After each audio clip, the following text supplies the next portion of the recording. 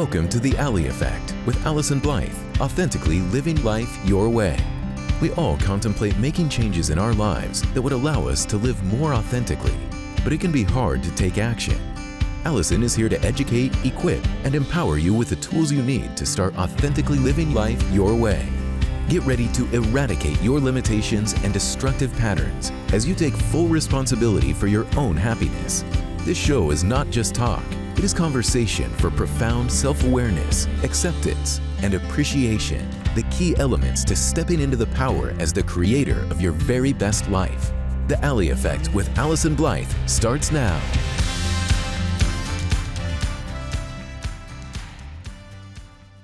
Hey everyone, and welcome. You're listening to The Ally Effect, authentically living life your way, with me, Allyson Blythe, certified life coach and licensed clinical social worker.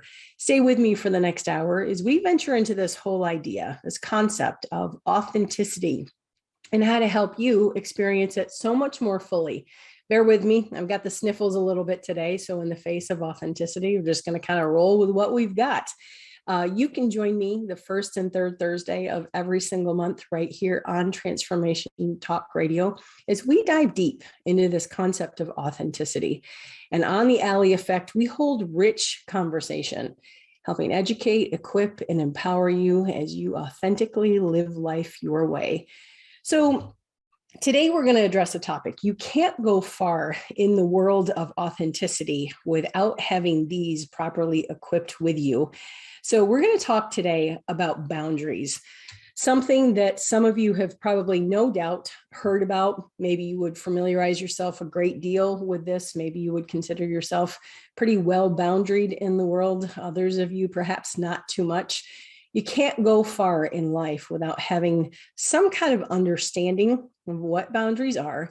And yet what I find is that a lot of us are terrible at setting them, clarifying them, and certainly actually following through with them.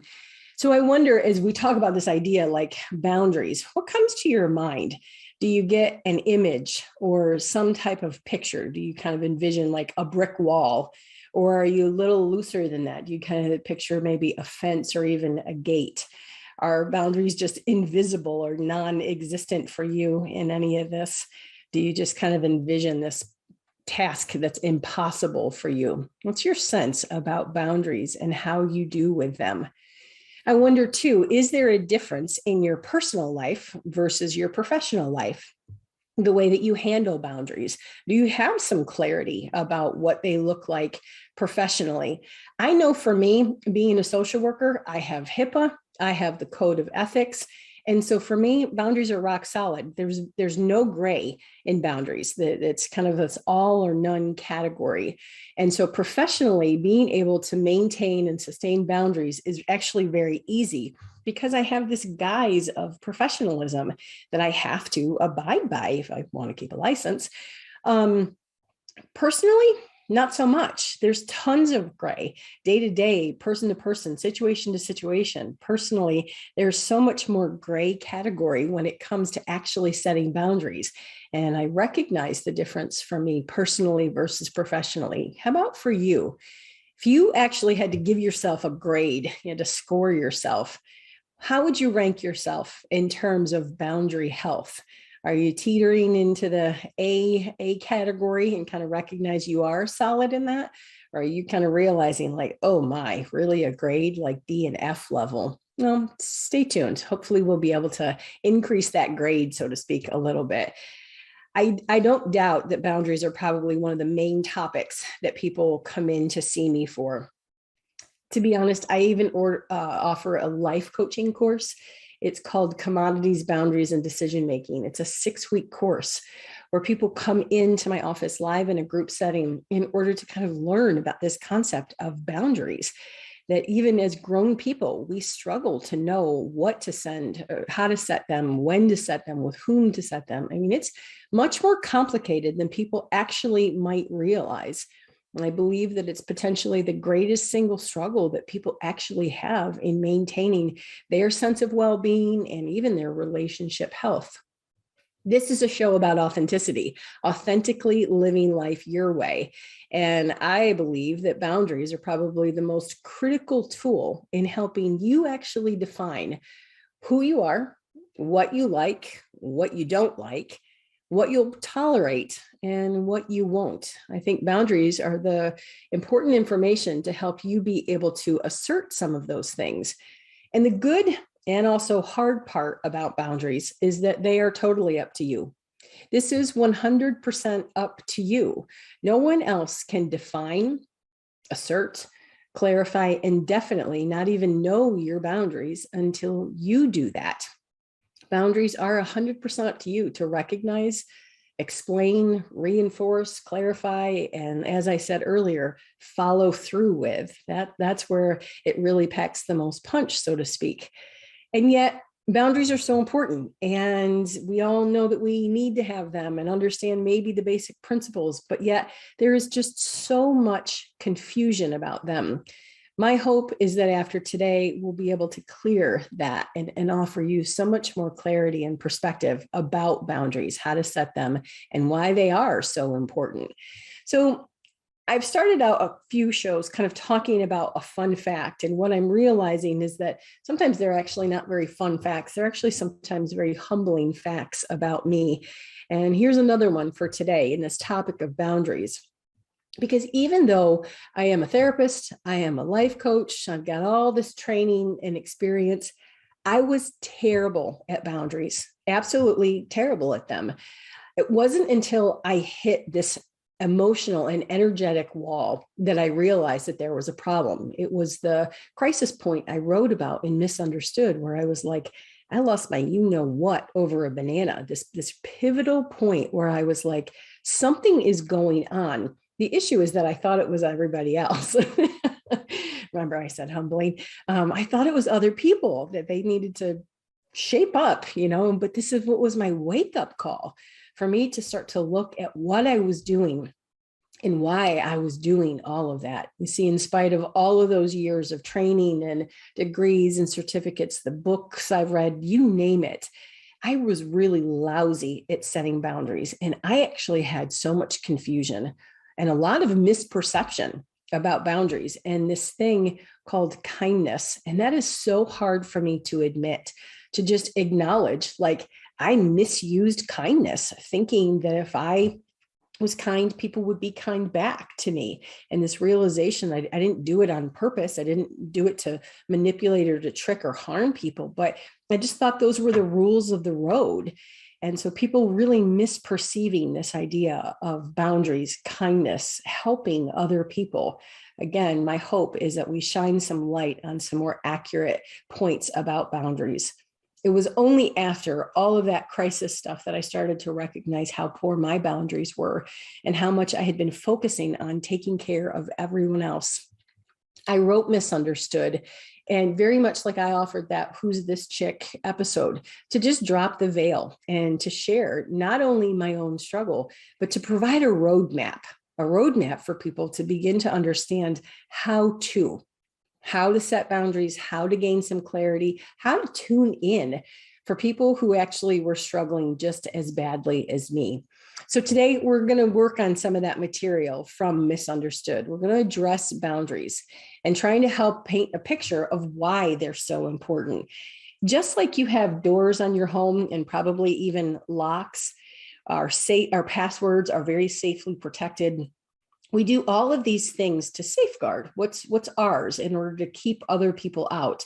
We have very well-defined property lines. My guess is you don't wander into your neighbor's kitchen and just start meandering and stuff. Like, clearly what belongs to them versus what belongs to you. We have property lines, state lines, country, right, that separate us versus them, so to speak. I would guess you probably have defined workspace, even if it's just territory like this, a space that defines where you're actually performing the duties that you have. Maybe you have a cubby in an office somewhere, or actually a locked door that you go into an office and you have space that's there. That is a defined boundary in your defined workspace. Even with a work contract, an employment agreement. We have signed contracts that really will define what the expectations are, what the do's and don'ts, what the roles and the responsibilities are for you and for the other person. You see, we do a really, really good job of defining all of those other parameters. Yet when it comes to us, kind of what works for us, our inner being, we don't always have such clear, concise boundaries. We often don't sign on the dotted line for any of that type of information. And again, hopefully a starting point today. If you have done any work with boundaries, perhaps you know about the work of Townsend and Cloud. And Henry Cloud was quoted as saying, boundaries are basically about providing structure. And structure is essential in building anything that thrives. I don't know about you, but this life is more than just survival to me. I really want things that thrive, ideas, a business, relationships, a home. And so understanding that boundaries are the thing that provides the structure. So thank you to Cloud for being able to offer that. So why are they so important? If they're all so critical, what is it about boundaries that are so important? And I believe that it's actually twofold. The first one is that I think it really helps for us individually. So for you, yourself. On the bottom rung of the ladder, boundaries will ensure your physical well-being, your physical safety. Now, that's kind of like the bottom rung, is that it will help you identify, like, it's never going to be okay for somebody to punch you and that kind of stuff. So kind of the idea that it enhances your level of physical safety and well-being, your emotional, sexual, financial safety. And then as you go up the ladder, certainly your well-being in each of those categories too. Boundaries will help you define what's yours and what's not yours. What is it that actually belongs to other people? They will allow you to take care of yourself and the things that are your responsibility. Boundaries are going to help you define your preferences, what it is you like and what you don't like, what feels good and what doesn't. So just even kind of getting some clarity about what you prefer and what works for you. The Misunderstood is titled Misunderstood, Rewriting the Rules of Dignity and Self-Respect. Boundaries are incredibly important at helping you maintain a level of personal dignity and your own level of self-respect as you manage your own responsibilities. They allow you to function from a place of authenticity, which is the whole point, right? Rather than all of that social, familial, and cultural conditioning, your truth starts to come from within as you offer a solid yes, not based on pleasing and performing and all that kind of stuff. And so that's part of the reason why boundaries are important for you individually, but also in terms of relationship. Boundaries are a phenomenal tool for weeding out unhealthy people. It's kind of like shining, water to the witch. It's like, unhealthy people tend not to really like boundaries. And so you'll know more clearly about where your healthy people are when they respond well to your boundaries. People don't have to guess or try to read your mind to anticipate what's okay and what's not okay, because you've been able to clarify and communicate what your wants, your needs, and certainly your preferences. Boundaries will increase your connection, your safety, your trust, and your intimacy with safe people. They'll know, they'll warm into kind of this idea because they know that they can trust you so much more deeply. They trust your integrity, and they now know the truth of your yes and your no. Boundaries will certainly define your overall health of relationships, because it's not based on habit or resentment or obligation. You're showing up because you want to, and people will sense that. So we have to take a break. When we come back, we're going to go into the different types of boundaries, how to recognize them, and how to begin actually setting some of them. You're listening to The Ally Effect with me, Allyson Blythe, authentically living life your way. We're going to take a quick break, but stay tuned. We'll be right back.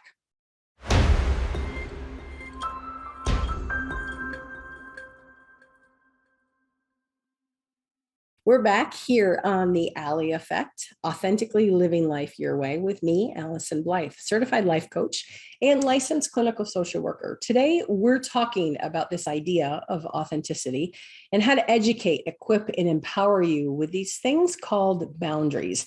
Before we go too much further, I want to make sure you know how to be in touch with me. At any point, you are welcome to call my office at 859-341-7773.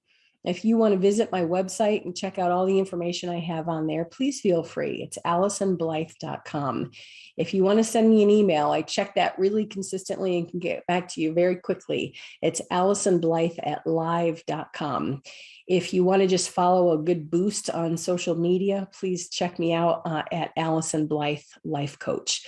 Let's dive back in because we're talking about this concept of boundaries, and there is a lot to know and a lot of confusion, which is what we're going to hopefully clear up a little bit more today. So I mentioned before we took a break, a quote from Henry Cloud, and he's got another one, which I think is equally supportive in the work we're trying to do today. And he says, boundaries define us. They define what is me and what is not me. A boundary shows me where I end and someone else begins, leading me to a sense of ownership. I love that, ownership. Knowing what I am to own and taking responsibility for gives me freedom.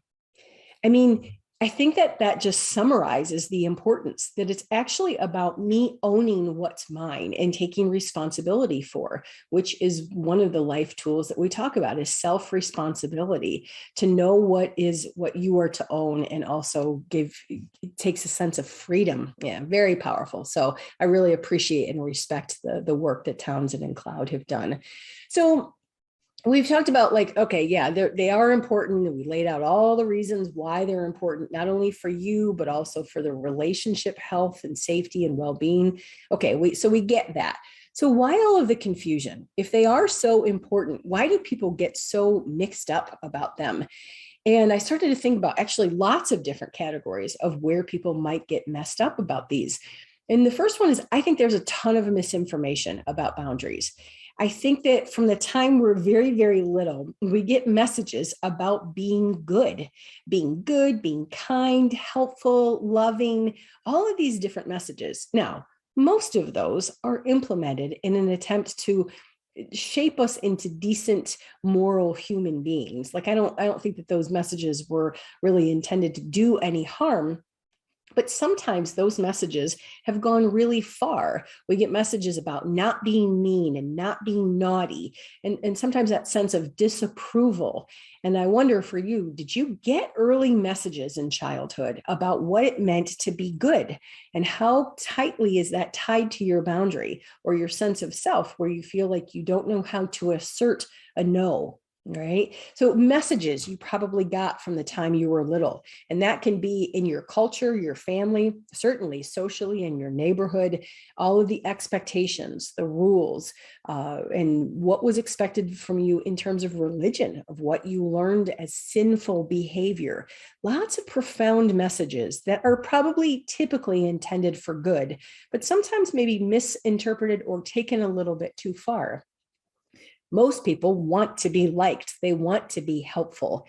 And when it starts to take shape in terms of your identity, that you believe that you have to be kind and good, that you don't know how to say no or turn down invites, that's where it starts to go a little bit too far. What is it that got you attention and reward? Did you get messages about being the good little girl or the little man of the house and daddy's little helper? Again, probably messages, terms of endearment and affection, but yet it starts to take shape about good and what's expected of you. And kind of the idea that far-reaching kindness, kind of like what I shared about myself, that being kind with somewhat of an ulterior motive, thinking that it would earn me a place or allow me to be really, really liked, rather than coming from this true place because I just simply had it to give. You say yes because you want to be liked and thought highly of, rather than kind of coming from this place of authenticity. And I wonder too, just so much basic information. People will say to me all the time, I just don't want to appear selfish, right? I just don't want to be selfish. And we've lost permission to just really manage an element of self-care. We confuse the two, that self-care equates to selfish. And I want to really debunk that. I also think we make a lot of assumptions. So there's a lot of misinformation. That's one reason why there's so much confusion. I also think we assume a lot. And you know what they say when you make an assumption? I think most people tend to believe that others see the world the way they see it. That if something's okay with me, then surely it should be okay with you, or that we have some kind of similar or the same boundaries. And we function from that place that if I would do it, then it must be okay with you too. And I think it's challenging sometimes to realize that people actually have very different boundaries, things that are okay with them versus things that aren't. And we'll talk more about this. So kind of we assume that people are what's okay with me is okay with you, or that people should know. Well, they should just know, like, you don't do that, but how are they going to know unless you use your voice? A lot of times people will assume that if you have a boundary, it's kind of universal for everyone else. And that's actually not the case at all. Another reason why I think people get so confused about boundaries is that it just becomes a habit. Maybe you saw things role modeled, again, maybe religion, or it was reinforced for you over and over and over again. What was it that you were taught? I grew up with a family member who always ate the burnt toast. I thought that person really liked burnt toast. Come to find out, they hate burnt toast. They just didn't want to feed it to other people, which, again, there's something very loving and very sacrificial about that. But to what extent did you go to learn? What extent did you learn to go in order to accommodate and appease other people? One main reason that I find people have a very, very hard time setting boundaries, and this one, it really deserves some attention in and of itself, is because it's so hard to watch the people we love struggle, to sit in their own, even if it's their own consequences, to watch people be in pain or discomfort or to fail at something or struggle in any capacity. As a matter of fact, if we were in my office, my physical office at work, I would show you how in the decor, very subtly, I have butterflies in the decor worked in. And the reason for that is because it's a very, very important reminder for me. Because butterflies, you see, in all of our human wisdom, we have the ability to completely change the course for that poor little caterpillar, right? Like at any point, we could just get in there. We've got tools and we've got the strength to just cut that little guy right out of that cocoon. And the reason that I have butterflies all over my office is because I want my own personal reminder that it is actually the struggle. It's that butterfly's attempt to break out of the cocoon, what we would interpret as terrible or so awful for that person. Actually, it is that struggle that gives the butterfly the strength of its wings. Breaking out is what sets it free. If we were to cut it out, we would actually kill it because it wouldn't have the strength in order to fly. So this reminder that, are you someone who kind of jumps into people's lives because you can't bear to watch them struggle? You're watching them go through painful or hard things. And so you jump in kind of with your scissors, so to speak, and always rescue and help and fix for people. Maybe you need some butterflies worked into your own decor to remember that, like, detachment is one of the best gifts we can ever give to support people as they find their own dignity to work through their own struggles.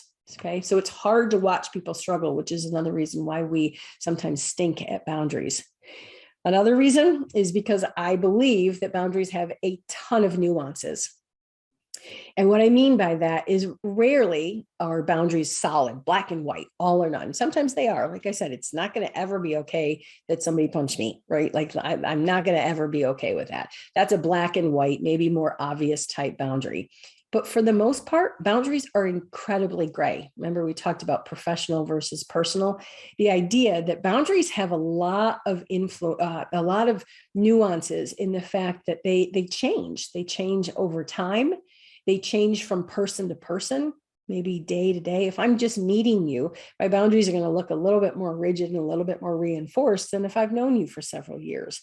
if you catch me on a Tuesday night, when I've been working for a little bit and I know I've got more work to go, it's going to look different than how maybe I look on a Sunday morning. And I don't mean physically, right? Like, where's my energy level and what is it that I have to give? Boundaries are very different and they can change from situation to situation, day to day, as we grow up, as different things start to change. I used to love to talk on the phone. Now, not so much, right? Like, kind of that boundary looks very, very different as I've aged and different priorities have started to come in. So yeah, I think they're so gray that it's hard sometimes to understand what it is that really drives you and what feels okay and what doesn't. And then the last reason why I think boundaries are so confusing to be able to understand, and the nuances and all that kind of stuff about them, is because there's actually a lot of different types. And people might not necessarily recognize this. Maybe you're more familiar with the maybe standard type of boundaries, like you know about physical boundaries, maybe you know about verbal or maybe even sexual boundaries. But I wonder, do you have any concept of how many different types of boundaries there actually are? We're going to go through them today. But understanding the boundaries, actually, there are a lot of different categories. What comes to mind? How many do you think? You think maybe like 4? You think maybe 8 types of boundaries, 25 different categories? What I have found in my work with clients, and I'm not saying that this is absolutely all of them, or you have to include all of these, but in my work and what I outline in Misunderstood is that there are actually 12 different categories of boundaries. 12. You can see potentially the reason for so much confusion in that kind of stuff. So what are your thoughts? We're going to go through each of those 12 categories. So I'm not going to leave you hanging. We'll go through all of them, but I wonder, what are your thoughts? 12 different categories, all the nuances and all the reasons why people might get confused, and all that social and family training that you got all reinforced. Are you pretty aware of some of these categories? Like, can you start to recognize maybe the differences? Well, when we come back, we're going to talk more about each of these. We're going to dive in a little bit more in order to maybe, again, stop some of the confusion that you might be feeling and help you build authentically living life your way. So I am Allyson Blythe, and you're listening to The Ally Effect. When we come back, we're going to talk about more how you can use your boundaries in order to help you do just that, authentically live life your way. Stay tuned. We'll be right back.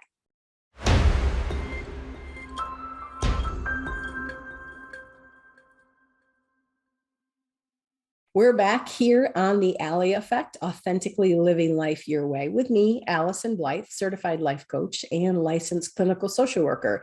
Today, we are continuing our conversation about authenticity, of course, but also helping you understand boundaries and how being more clear about your boundaries, what they are and how to set them and why they're so important, can really help you live life so much more from the inside out. Before we went to break, I said that in my work, I've been able to outline 12 different categories of boundaries, 12. And so I'm going to list those, and then we're going to go through each of them to help you understand, like, what is each category and what's involved. So the first 4, I think, are fairly commonplace. I think most people would go, yeah, maybe even the first 5. Yeah, I get that. That makes sense. So physical boundaries, emotional, sexual boundaries, verbal, and financial. Okay, so most people will go, yeah, that makes sense. Then as we move forward a little bit more, material boundaries. So not just finance, but like material too, of what's okay and what's not okay. If you've tuned into the episode about time and energy and understanding your commodities, realizing that these deserve your full force boundaries with your time and energy boundaries, social boundaries. And then this is the newer category. We're not going to get to all of these today, but this is a newer category that I think, with the enhancement of social media and some instant gratification that exists in our world, I refer to this as like a distance/space boundary, or even like a tech boundary that I think is really beginning to surface. And the last 2 are food boundaries and spiritual. All right. So we're going to dive into as many as we possibly can today, and then just offer a starting point. So the first category are your physical boundaries. And again, I think this one, most people would be able to kind of have some basic understanding. And I think it's more easily recognized because we do have those physical representations. Like I said, we've got doors, we've got locks, we've got fences, we've got defined property lines. So physical boundaries tend to resonate a little bit more clearly with people. We get, that's mine kind of understanding. But it also includes things like proximity. How close, have you ever had like one of those close talkers? Like, how comfortable do you feel with people being in your space? And here's an example of the nuances. Obviously, a stranger coming into your space or someone standing above you in your space versus maybe a child or a partner, right? Like you can start to see that it changes. I would like for you to maybe think about your physical boundaries in your own little hula hoop. It's not this big, huge territory. Your physical boundaries really being this small little hula hoop and what's in your space. It also includes things like your property. So something you would define as your own, maybe like your bedroom, your closet, maybe your bathroom, and what do you close the door? Do you leave the door open? Showering, your car is also certainly in terms of like your physical boundaries. Wallet and purse. People talk about social training, right? Like sometimes people get very solid messages. Other times it's like not that big of a deal. Go into my purse. Other people like, oh, that territory. Like I don't go there. Like I'm not allowed there. Your office space, like we talked about, and how maybe those boundaries have changed in more recent years because more people are working from home. So not only your physical body, but also your personal space. I worked with a client named Lou, and Lou was having a really hard time. He was a young intern and he was in college and was studying, and Lou had moved to 7 different places through his college career. He had lived with different groups of people. And at some point, Lou began to wake up and realize, like, wait a minute, I'm the common denominator. They've all lived together for 4 years. And here's me now on my potentially 8th roommate situation. What is going on? And as we started to chat a little bit more, one of the things that Lou was able, when he would kind of come in with his deepest complaints, he would talk about the fact that his roommates never closed doors. They wouldn't knock. They wouldn't, whether he was home or not, they would just kind of wander in. And Lou began to talk about, from his perspective, when he was little, boundaries were very clearly enforced in a lot of different ways. His parents would lock him in his room at night. So they would put him to bed and lock his door from the outside. His parents' bedroom remained locked when they would go to work and that kind of stuff. Food, just from a young guy, like they would put food way up to high where he couldn't reach it.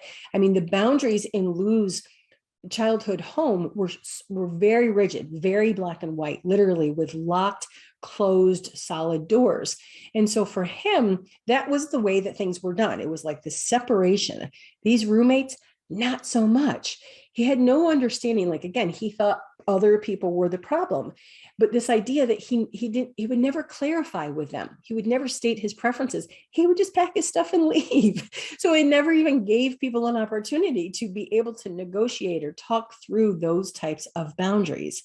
See, so those are just some examples of where they can actually, if we're not clear about them and speaking up about them, how much trouble they can actually cause 8 environments later. So physical boundaries will also include things like physical touch. Shaking hands. When clients used to come into my office, I would almost always shake hands, eye contact, that kind of stuff. We don't do that so much anymore. Hugging, the idea of like, are you hugging? Are you not hugging? Are we allowed? Are we not allowed? Like all of a sudden, physical boundaries kind of have a whole new meaning and priority. Remember, we talked about like that bottom rung of safety and well-being. What about things like kissing or public display of affection? Do you see these as ways of like affection and connecting with people? Or is it kind of the opposite? Does it feel very invasive and actually very disconnecting with people. Your spin, your undercurrent of how you perceive those physical boundaries are totally fine. It's just important for you to know how to clarify those and state those in relationship. I would imagine that physical touch would depend on with whom and for how long. Like, do you want a 10-minute hug, or does that feel like real stifling and smothering? Right? Those are all some of the nuances that we were talking about. So physical boundaries, your body, physical touch that you're okay with, and your personal space. I would imagine that right out of the gate, some things start to kind of pop off for you, ideas and thoughts that you might be having. Share those with me, because I would like to know even your feedback about physical boundaries. So we're going to dive into one more category, and we're going to talk about emotional boundaries. And this is being an empath. This is a category that I think is really, really profound, and it's so different for people. What's your comfort level with different types of emotion? I would call that like emotional tolerance. How okay are you with things like anger or sadness, like someone else's emotion? How about guilt? Are you easily motivated by guilt because you just can't stand the way that it feels? Does anger feel very scary with you? I would imagine there's probably a lot of nuances. What's the context? What's the volume? Right? So what's your emotional tolerance? I'll give you an example that for me, I have no issue with anger, right? Like even anger directed at me, I'm okay with it. Like I'm not intimidated by it. Now, anger is not violence, right? I was talking about emotion, not behavior, but kind of understanding that this emotion, I mean, it's what I do for a living. I hold deep, profound space. But there is an emotion that I have very, very little tolerance for. I don't know if it's an emotion or like a habit, but I put it in this category. It's negativity, right? It's like Eeyore, like, complaint, negative, glass half empty type stuff. My tolerance for that, hardly any, right? I find it very contagious. I find it very depleting.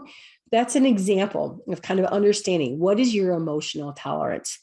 What's your comfort level with things being shared, going to those more intimate emotional levels, things that you share with other people, receiving other people's sharing, and also things being shared about you.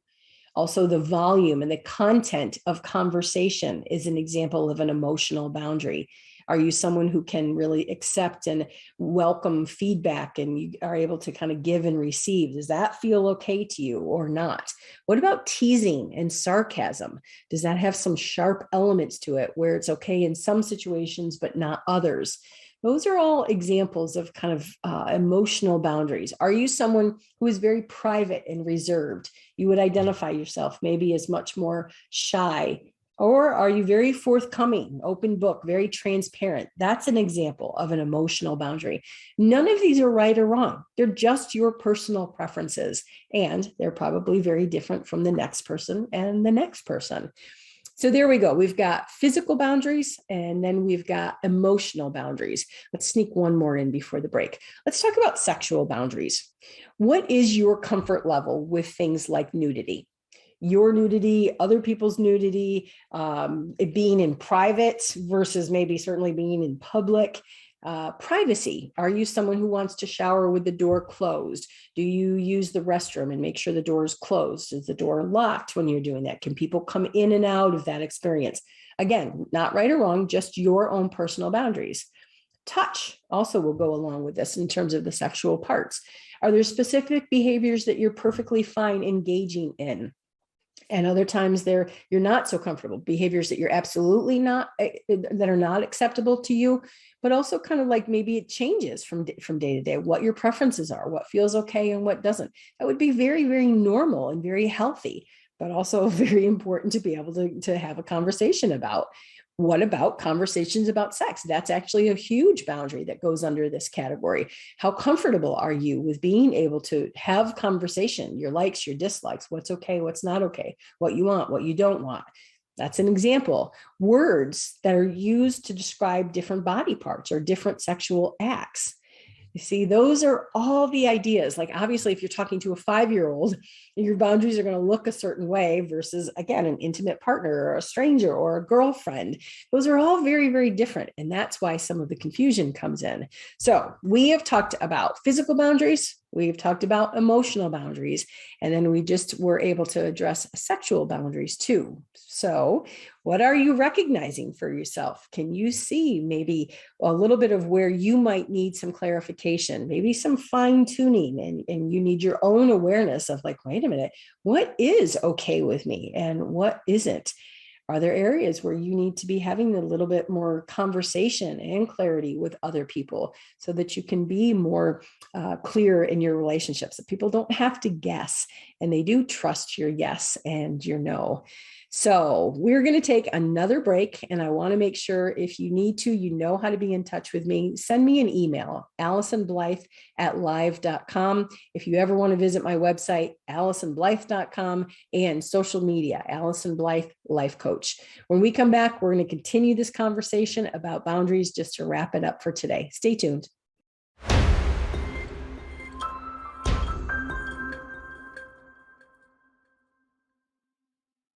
Here we are back on the Ally Effect, Authentically Living Life Your Way, with me, Allyson Blythe, certified life coach and licensed clinical social worker.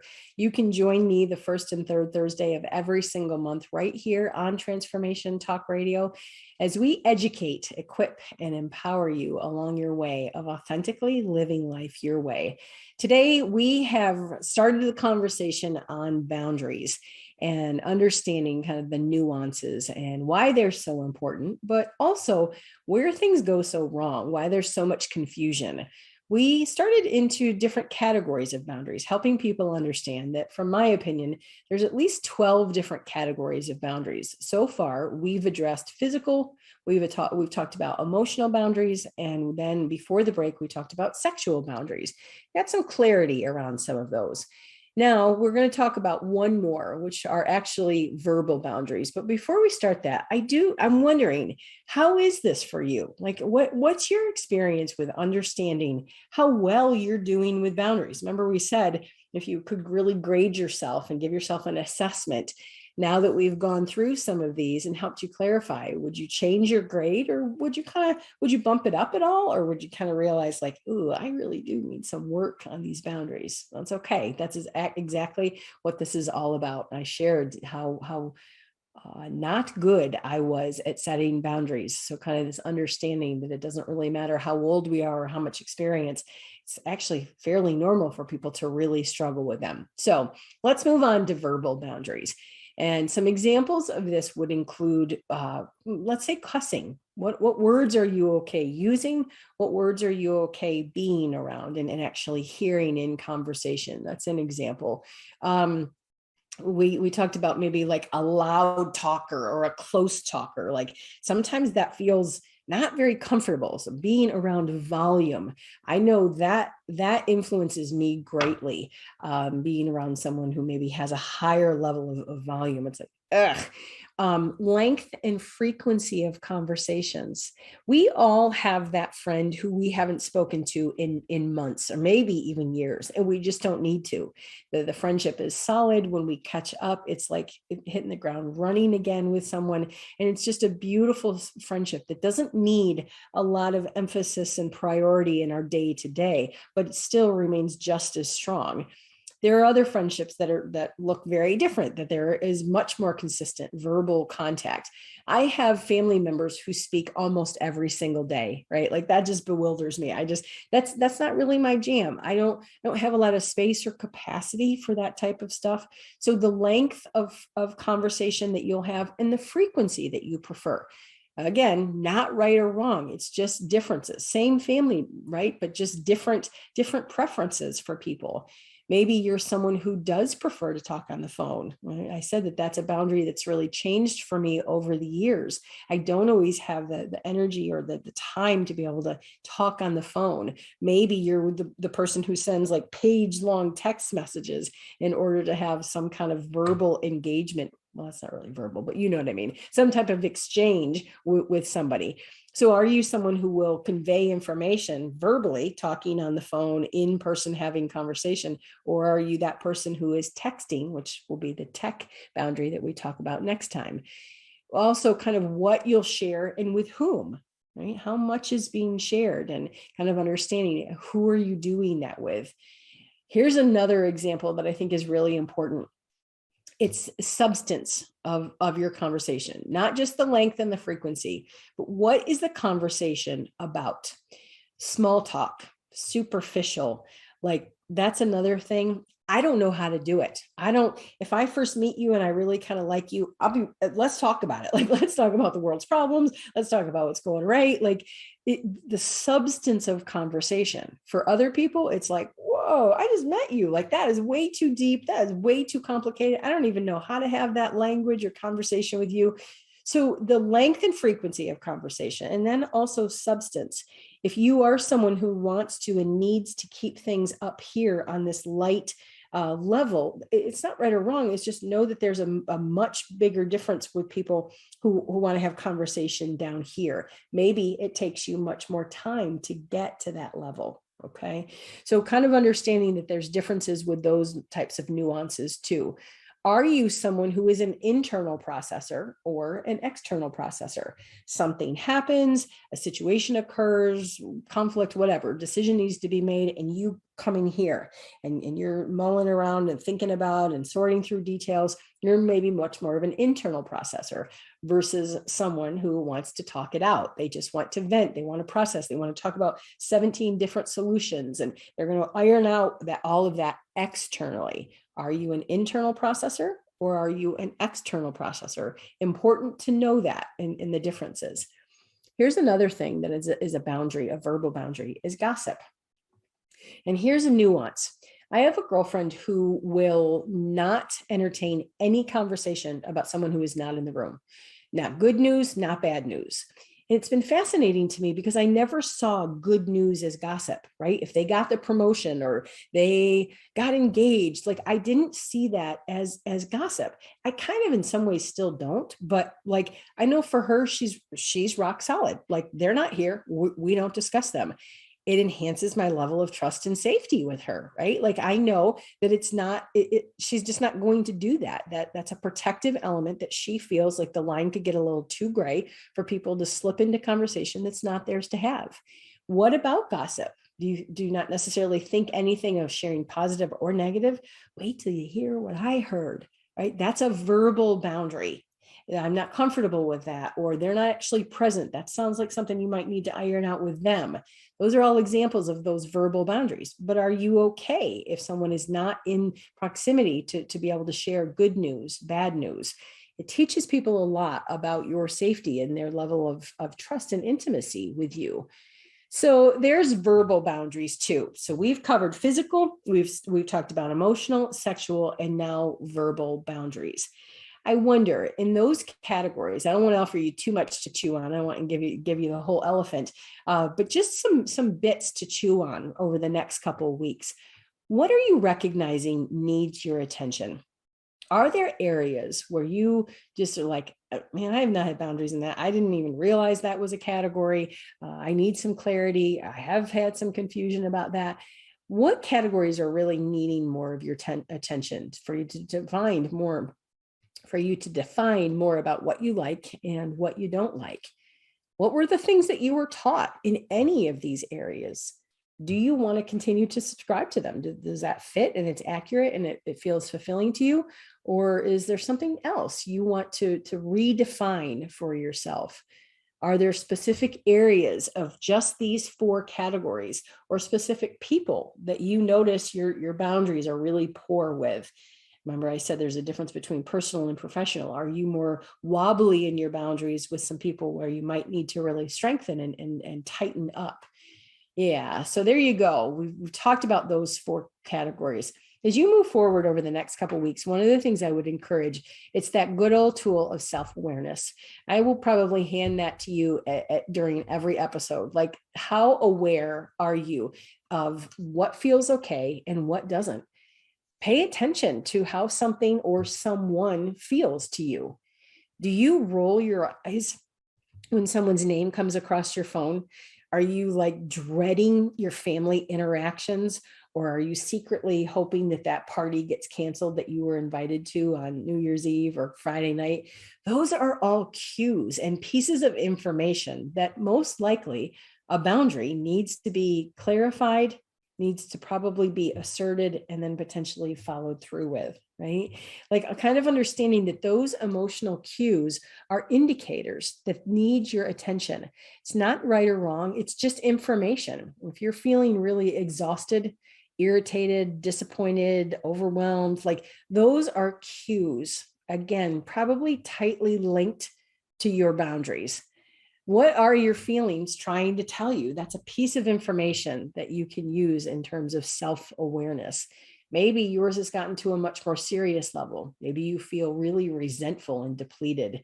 Maybe you've even gotten to the point of hostility like that. That's an example that you've gone a little bit too far. Maybe you've stayed too long. Maybe you've stayed silent about things that actually really need your attention.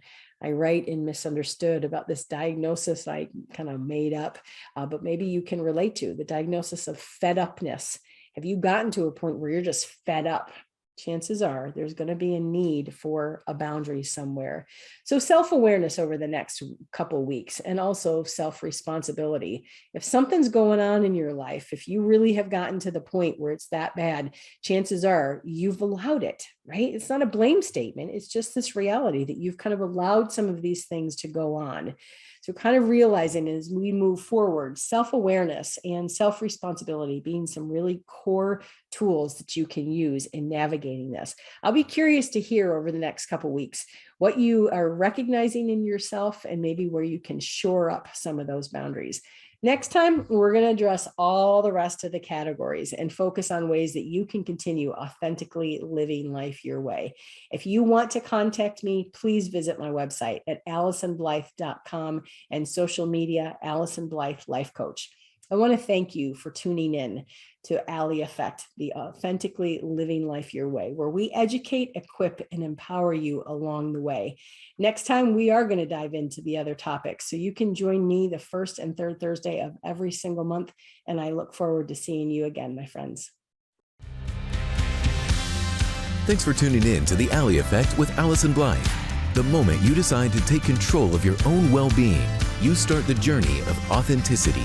Tune in next time for more empowering conversations and practical tools to help you shed your fear, worry, comparison, and less than beliefs. Stick with us as you step into the driver's seat and head off onto the road of success and happiness. Your best life awaits.